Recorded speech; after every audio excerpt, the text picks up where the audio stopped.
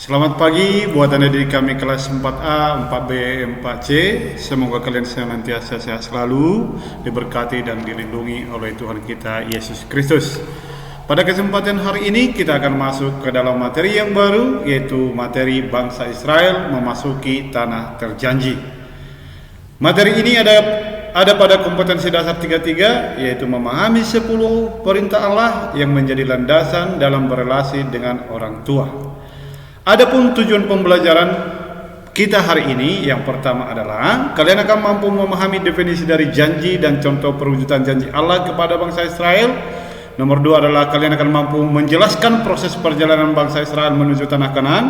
Dan yang ketiga adalah kalian akan mampu menjelaskan nasihat Musa yang terakhir berdasarkan Ulangan 32, 46 sampai 47. Dan yang keempat adalah kalian akan dapat menuliskan hal-hal penting dari materi bangsa Israel memasuki tanah terjanji. Dan yang kelima adalah kalian akan mampu menyebutkan arti manna dan tabut perjanjian. Kita masuk ke dalam poin yang pertama. Definisi janji dan contoh perwujudan janji Allah kepada bangsa Israel. Janji adalah suatu kesanggupan untuk melakukan atau meninggalkan sesuatu dalam usaha untuk mendapatkan kepercayaan. Yang menjadi pertanyaan Pak Guru bagi kalian semua adalah, apakah kalian pribadi-pribadi yang setia kepada janji, terutama setia kepada janjimu kepada Tuhan? Itu perlu kamu jawab dalam pribadimu masing-masing. Lalu Allah itu adalah Allah yang setia. Ia setia akan setiap janjinya. Allah tidak pernah ingkar janji. Syarat pemenuhan janji Allah adalah setia kepada kehendak Allah. Allah selalu mengingat janjinya. Allah itu tidak pernah mengingkari janjinya, baik itu kepada bangsa Israel, baik itu kepada seluruh umat manusia.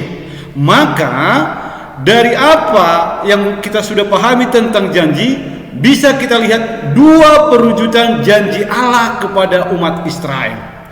Dua contoh perwujudan janji Allah kepada bangsa Israel. Yang pertama adalah dengan mengutus para nabinya. Allah mewujudkan janjinya kepada bangsa Israel dengan mengutus para nabi. Contohnya adalah Nabi Musa. Allah mengutus Nabi Musa untuk mengeluarkan bangsa Israel dari perbudakan tanah Mesir. Berarti dengan Allah mengutus para nabi, salah satunya adalah Nabi Musa, berarti Allah mewujudkan janjinya. Karena apa? Allah berjanji bahwa Allah akan senantiasa menyertai umat manusia atau umatnya dalam menjalani perjalanan hidup. Itu yang pertama. Yang kedua adalah dengan mengutus raja-raja. Allah memenuhi janjinya kepada umat Israel. Yang kedua adalah dengan mengutus para raja-raja. Contoh Allah mengutus raja adalah terutama Allah mengutus Daud untuk melawan tentara Filistin. Dengan mengutus para nabinya, dengan mengutus raja-raja, berarti Allah mewujudkan janjinya kepada bangsa Israel. Ketika bangsa Israel menderita 400 tahun di Mesir, Allah mewujudkan janjinya dengan mengutus Musa. Ketika bangsa Israel melawan tentara Filistin, Allah mengutus Daud yang merupakan raja kedua bangsa Israel untuk melawan tentara Filistin, terutama untuk melawan dan mengalahkan tentara Goliat. Oke, itu yang pertama. Yang kedua adalah bagaimana proses perjalanan bangsa Israel menuju tanah Kanaan. Tanah Kanaan itu merupakan tanah yang dijanjikan oleh Allah kepada umat Israel setelah umat Israel itu keluar dari perbudakan tanah Mesir. Awal bangsa Israel berada di Mesir ketika pada saat itu bangsa Israel mengalami kelaparan atau sumber makanan pada saat itu berkurang di daerah Israel. Maka mereka pergi ke Mesir. Pada saat mereka pergi ke Mesir, pada saat itu yang menjadi Perdana Menteri adalah Yusuf, yaitu salah satu anak Yakub. Ketika bangsa Israel menuju tanah Mesir, mereka bertemu dengan Yusuf.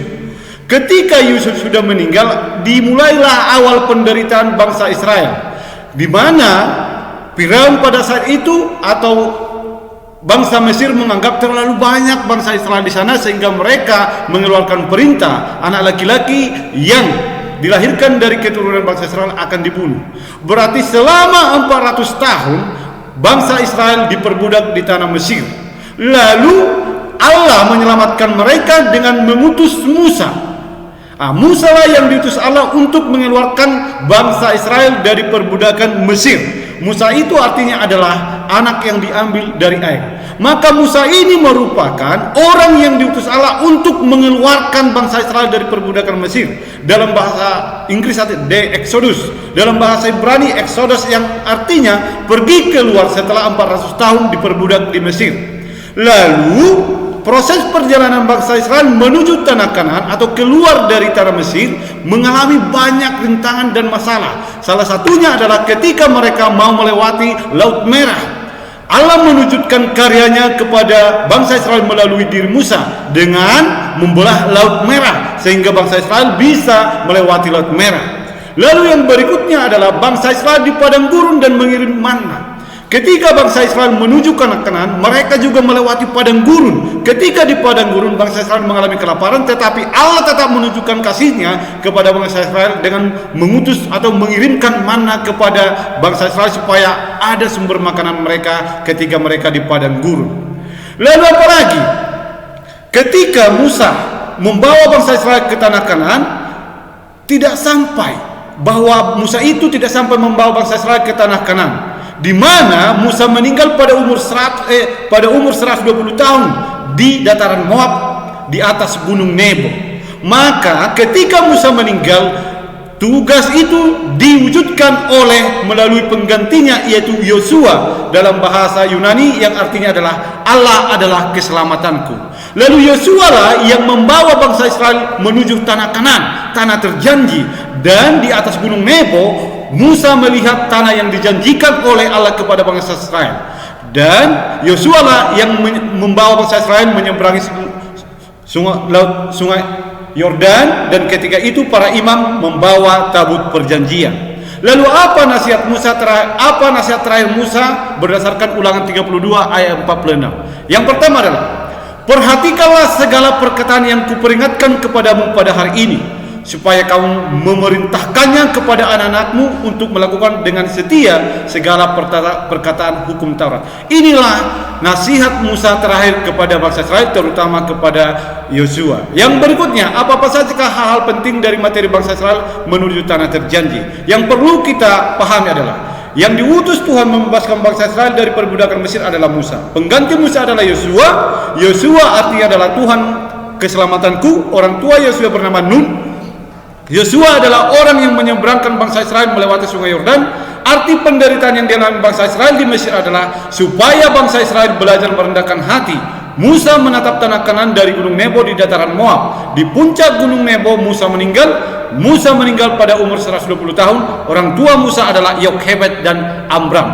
Lalu apa arti manna dan tabut perjanjian? Tabut perjanjian dalam bahasa Ibrani Habrit, disebut juga tabut Allah, Ark of God, adalah wadah yang digambarkan dalam Alkitab, berisi loh-loh batu di mana tertulis 10 perintah Allah, tongkat Harun dan roti manna. Manna adalah dalam bahasa Yunani adalah mahu, artinya apa itu? Manna adalah makanan yang turun dari surga yang menjadi makanan bangsa Israel ketika berada di padang gurun.